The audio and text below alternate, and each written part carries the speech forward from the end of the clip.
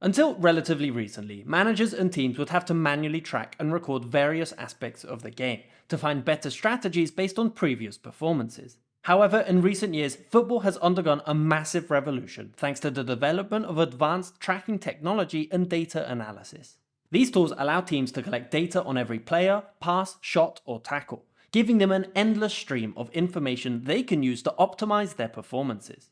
And while this may initially seem as a rather innocent introduction, the impact this had on how the game is played is far greater than anything we could have imagined. And one particular introduction in 2012 has undoubtedly gone on to become one of the most widespread and insightful statistic.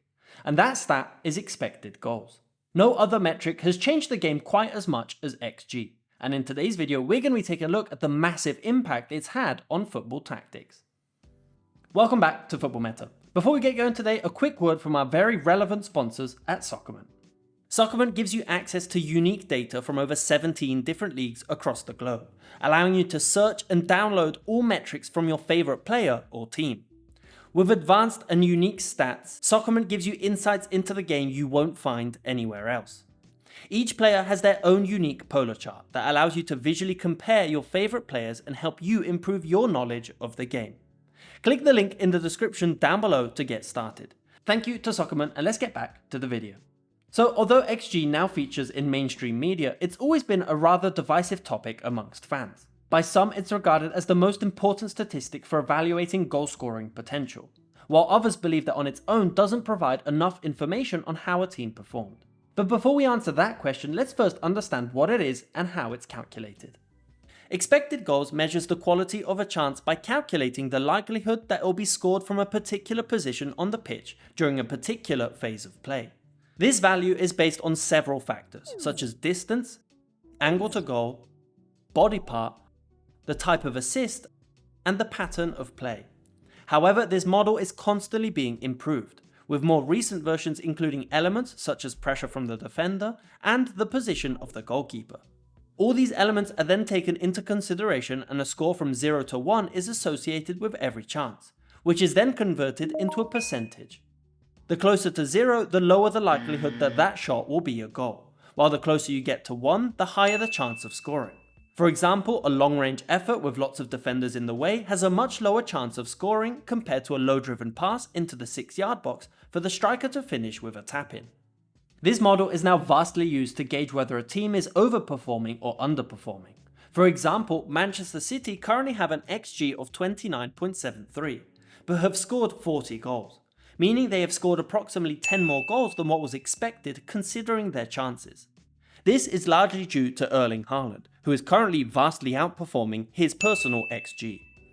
Similarly, we have teams on the other end of the spectrum. Roma in Italy have the best expected goals against in the league at 9.96, meaning they limit the opposition to few clear-cut chances per game. However, they've conceded 14 goals, meaning they've let in at least 4 more goals than what they should have so far. Companies like Soccerment have taken this metric one step further, and by analysing a team's XG and XGA have developed the expected points model, to show whether a team is potentially overperforming or underperforming. Arsenal are currently the best example, with 8 points more than what was expected given their chances for and against. So with the brief explanation out of the way, has XG actually had an impact on how the game is played? Well, the answer would seem like a resounding yes. Take a look at this chart. This chart shows us the percentage of shots with an XG of at least 0.2 per team across every World Cup since records began in 1966. That may sound quite confusing, but in simple terms, since the introduction of XG in 2012, teams have vastly looked to increase their shot quality over shot quantity. This is reflected in the amount of shots per team, which has slowly been trending downwards since 1974. However, a team's average XG has taken a significant bump over the past 3 World Cups. This can be extended to club football as well, with the total amount of shots in the league slowly declining over the past 12 years. So what does this mean for how teams are looking to score goals? Well, in simple terms, it means teams are looking to get closer to the goal before taking a shot. Here's another example. In the 09-10 season, Man United took 695 shots, of which 60% of those were from inside the box, the third highest amount in the league. In the 2021-22 season, a score of 60% would place Man United in 17th place, showing how the vast majority of teams have shifted to a mentality of quality over quantity. The league as a whole has followed this path. In 2009, 45% of shots were from outside the box. Last season, only 36%. So, other than shot quality, what other impacts has this shift had on how the game is played? Well, we can sit here and speculate for hours, and analysts will argue that correlation doesn't mean causation. However, there certainly has been a shift away from certain types of players in recent years. 10 to 15 years ago, the Premier League was dominated by midfielders such as Lampard, Gerrard or Scholes. And their ability to hit the ball from distance has always been admired and inspired a whole generation of players wanting to emulate this style. However, this shift away from riskier opportunities to more clear-cut chances has given birth to a new type of dynamic midfielder. A perfect example is Kevin De Bruyne, whose first instinct from the edge of the box is not to shoot but to effortlessly pick out players in a better position than him. By comparing Lampard's best season to that of De Bruyne, we can see that their goal involvements are similar, but with a big difference in goals versus assists. It could also explain why we've seen a decline in the importance of Zone 14, the area outside the box once considered the holy grail of chance creation, with more modern tactics looking to bypass this area and move in from different angles.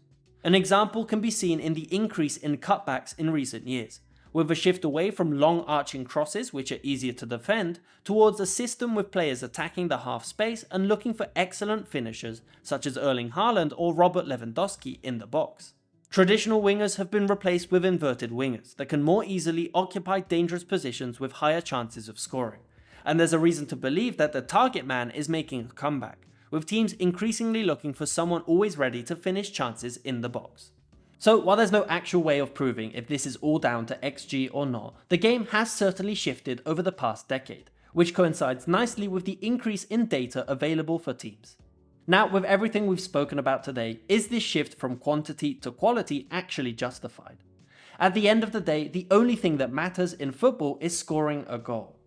By taking a look at the amount of goals scored in the Premier League over the past 27 years, we can see that the goals per game ratio has only slightly improved. So even though teams are creating better opportunities, this decrease in shots means that as a whole, the league isn't seeing a significant increase in goals.